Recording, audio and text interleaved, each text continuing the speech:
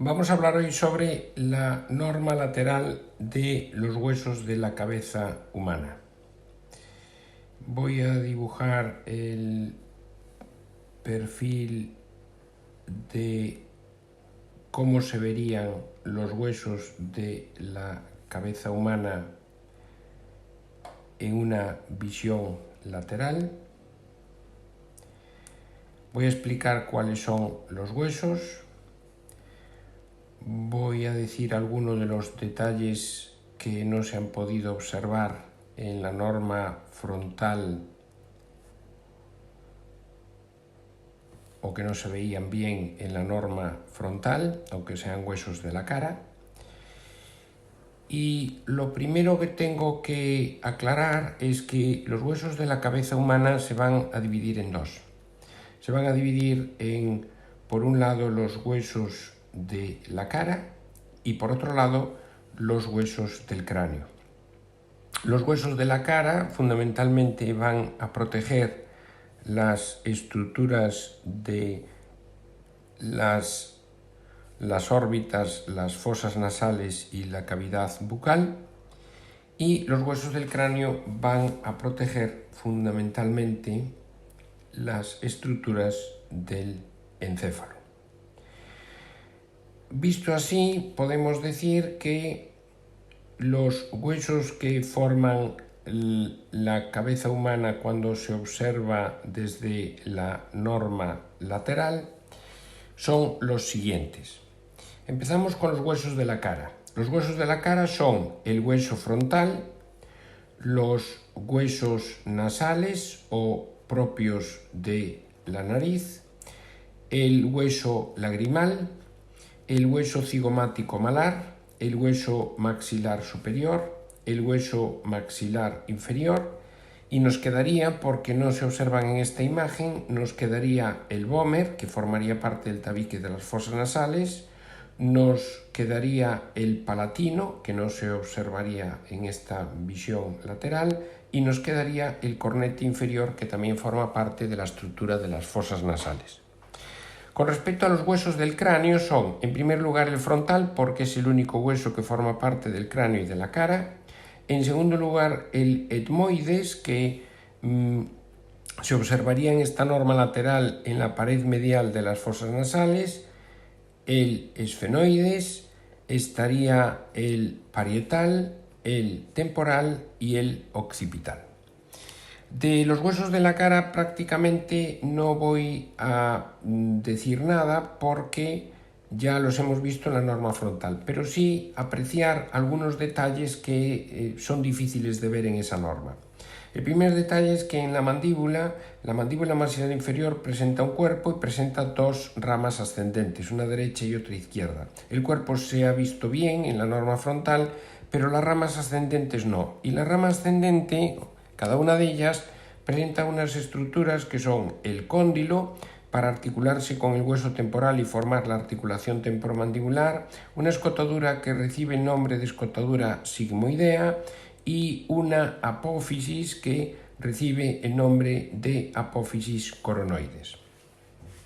Decir también con respecto al hueso frontal que, aunque se ha observado bien desde la norma frontal, pero que presenta una sutura con el hueso parietal que recibe el nombre de sutura coronal, presenta otra sutura con el esfenoides, presenta una sutura con el cigomático, otra sutura con los huesos propios de la nariz, otra sutura con el maxilar superior, otra con el lagrimal y otra con el etmoides. Estas serían las suturas del frontal que se observan en esta norma lateral de los huesos de la cabeza humana. Con respecto al parietal, decir que es un hueso plano, que está un poco cóncavo porque presenta, convexo en su cara externa, porque se adapta a la superficie del cerebro. Presenta dos caras, una externa que es cutánea y una interna que, como digo, se relaciona con el encéfalo. Este hueso parietal es un hueso cuadrilátero que presenta cuatro bordes, un borde anterior que forma la sutura coronal, un borde inferior que forma una sutura con el esfenoides y con el temporal, un borde posterior que forma una sutura con el occipital y un borde medial que forma la sutura con el otro parietal, y esa sutura con el otro parietal va de delante hacia atrás y recibe el nombre de la sutura sagital media. Después está el occipital. El occipital es un hueso impar, es un hueso simétrico, tiene 3 porciones, pero las porciones del occipital, solo veremos aquí una. Tiene una porción que se llama la porción basilar, que no se observa porque se introduce hacia la base del cráneo. Tiene unas masas laterales que tampoco se observan aquí, pero tiene una escama que es la escama o concha del occipital, la que se observa en esta norma lateral de la cabeza humana. Y además esta occipital, esta escama, presenta como característica destacable que en la parte más externa presenta una protuberancia que recibe el nombre de protuberancia occipital externa, que es un punto craniométrico importante. El occipital, como digo, tiene la sutura con el parietal y presenta una sutura con el hueso temporal. Decir que este hueso occipital, esta sutura que presenta con el parietal y con el temporal, cuando la observamos desde la parte posterior, pues presenta esta forma, y esta forma, por eso se llama la sutura lambdoidea, porque recuerda la letra lambda. Con respecto al hueso temporal, decir que el hueso temporal tendrá una unidad propia en un vídeo propio solo para él, porque es un hueso muy complejo, es un hueso par, hay uno derecho y otro izquierdo, y este hueso temporal va a presentar 3 porciones. Va a presentar una escama o concha, que sería esta porción más plana del hueso temporal que se observa aquí. Presenta una porción petrosa que a partir del conducto auditivo externo se introduce hacia la base del cráneo y que es la porción más compleja del hueso, y presenta una tercera porción que se denomina la porción mastoidea. Esta porción mastoidea se denomina así porque es la que corresponde a esta parte más inferior y externa del hueso, donde existe una apófisis que recibe el nombre de apófisis mastoides. Decir también que en el hueso temporal está, como he dicho, el conducto auditivo externo, y este hueso temporal presenta 2 prolongaciones. Una prolongación que va a dirigirse para unirse con el cigomático para formar este arco cigomático, que se denomina la prolongación cigomática, y una segunda prolongación que se dirige hacia abajo y hacia adelante para formar una apófisis que recibe el nombre de apófisis estiloides. El temporal, como se puede observar aquí, tiene sutura con el parietal, con el occipital, con el esfenoides, y tiene sutura también con el cigomático por el arco cigomático.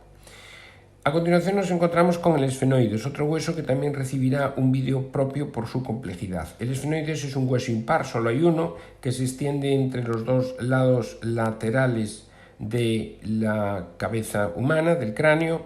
Es un hueso que va a presentar las siguientes partes. El esfenoides tiene un cuerpo que no se observa aquí, presenta unas alas mayores, unas alas menores y unas apófisis pterigoides.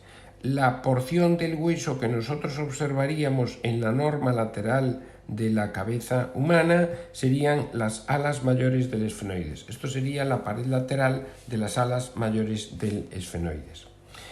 El etmoides es otro hueso del cráneo que tampoco solamente se observa en la porción medial de la órbita. Este etmoides también va a presentar varias porciones. Presenta una porción horizontal, presenta una porción vertical y presenta unas masas laterales. Las masas laterales son las que dan hacia la órbita y son las que nosotros observaríamos desde esta zona medial de la órbita. Bueno, así establecidos los huesos de la norma lateral de la cabeza humana, vamos a pasar a las inserciones musculares y a las relaciones vasculonerviosas. En las inserciones musculares no me voy a detener en todas las inserciones musculares de los huesos de la cara que se veían desde la visión frontal, porque están mejor en el vídeo de la visión frontal. Pero sí, quizás aquí me detengo en la inserción del músculo platisma o cutáneo del cuello, que no se observa o no se observaba bien desde la norma frontal. Esto es el cutáneo del cuello. Las inserciones en la rama ascendente de la mandíbula del músculo masetero, que es un potente músculo de la masticación, las inserciones o la inserción de un músculo que recibe el nombre de músculo esternocleidomastoideo y que se inserta en la apófisis mastoides, un músculo de la mímica que se inserta en esta parte posterior, que es el músculo occipito frontal y que a partir de esta zona occipital recorre la calota hacia adelante para formar parte de la musculatura de la mímica. Y, como no, en la zona de la denominada fosa temporal, que está situada en esta parte lateral de la cabeza humana, existen dos líneas que se llaman las líneas temporales, la línea temporal superior y la línea temporal inferior, que van a prestar inserción a otro músculo que recibe el nombre de músculo temporal y que, como ya digo, se aloja en esta fosa que se denomina la fosa temporal.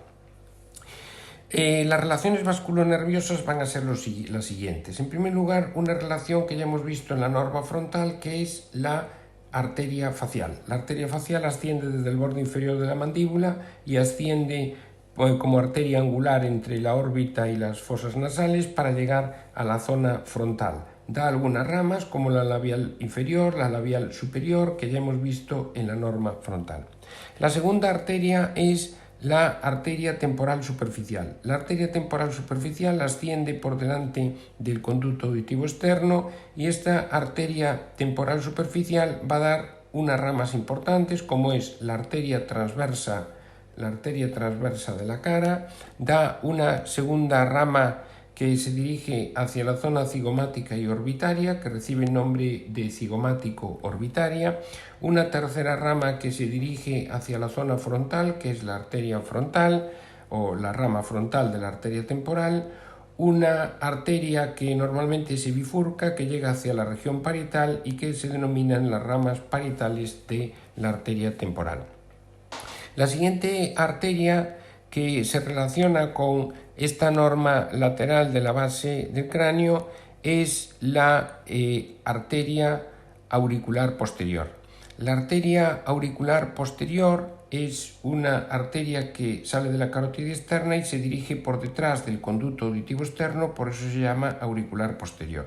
Y la última arteria con la que tiene relación esta norma lateral de los huesos de la cabeza humana es la arteria occipital. La arteria occipital se dirige hacia el territorio del occipital y esta arteria occipital pasa por la zona medial de la apófisis mastoides para vascularizar esa zona occipital. Con respecto a las venas, poco voy a decir, porque las venas llevan la misma denominación que las arterias, llevan la sangre en sentido inverso, pero serían la vena occipital, la vena auricular posterior, la vena con sus afluentes de la temporal y la vena facial que terminaría en esta zona o que se dirigiría hacia la borde inferior de la mandíbula para llevar la sangre que llevó la arteria temporal. Por eso las venas siguen el mismo trayecto que las arterias. Con respecto a los ganglios linfáticos, decir que hay una serie de ganglios linfáticos que forman un círculo alrededor de esta norma lateral. En primer lugar tenemos los nasogenianos, que ya los hemos visto en la norma frontal y que discurren por el surco nasogeniano entre las fosas nasales y la zona cigomática.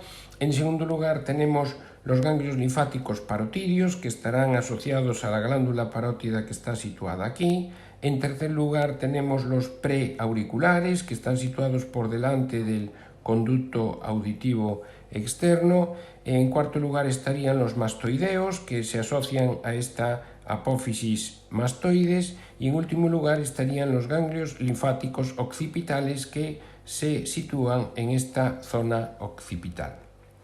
Y con respecto a los nervios, decir que los nervios son de dos tipos. Son, por un lado, los nervios que proceden del nervio trigémino y los nervios que proceden del nervio facial, o digo, las ramas del nervio trigémino y ramas del facial.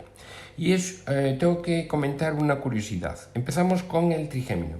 Las ramas que se observan en el trigémino son las que hemos visto en la norma frontal, que son la supraorbitaria, que sale por el agujero supraorbitario, la infraorbitaria, que sale por el agujero infraorbitario del maxilar superior, y la mentoniana, que sale por el agujero mentoniano de la mandíbula. Pero además, en el nervio trigémino existen unas ramas para los músculos de la masticación. La maseterina, que va a inervar el músculo masetero, las ramas temporales, que son varias ramas que van a inervar el músculo temporal, y además tenemos el nervio aurículo temporal. El nervio aurículo temporal es un nervio que se dirige hacia la parte posterior, sale por la zona medial de la mandíbula, donde aparece el tronco del trigémino, la tercera rama del trigémino, y se dirige hacia la parte posterior. Y con respecto al otro nervio, que es el nervio facial, pues decir que el nervio facial va a salir por detrás de la apófisis tiroides, va a dar unas ramas que se van a bifurcar para originar o dar inervación a los músculos de la mímica. Y estas ramas, después de pasar el tronco común en la zona de la glándula parótida, van a dirigirse hacia la cara.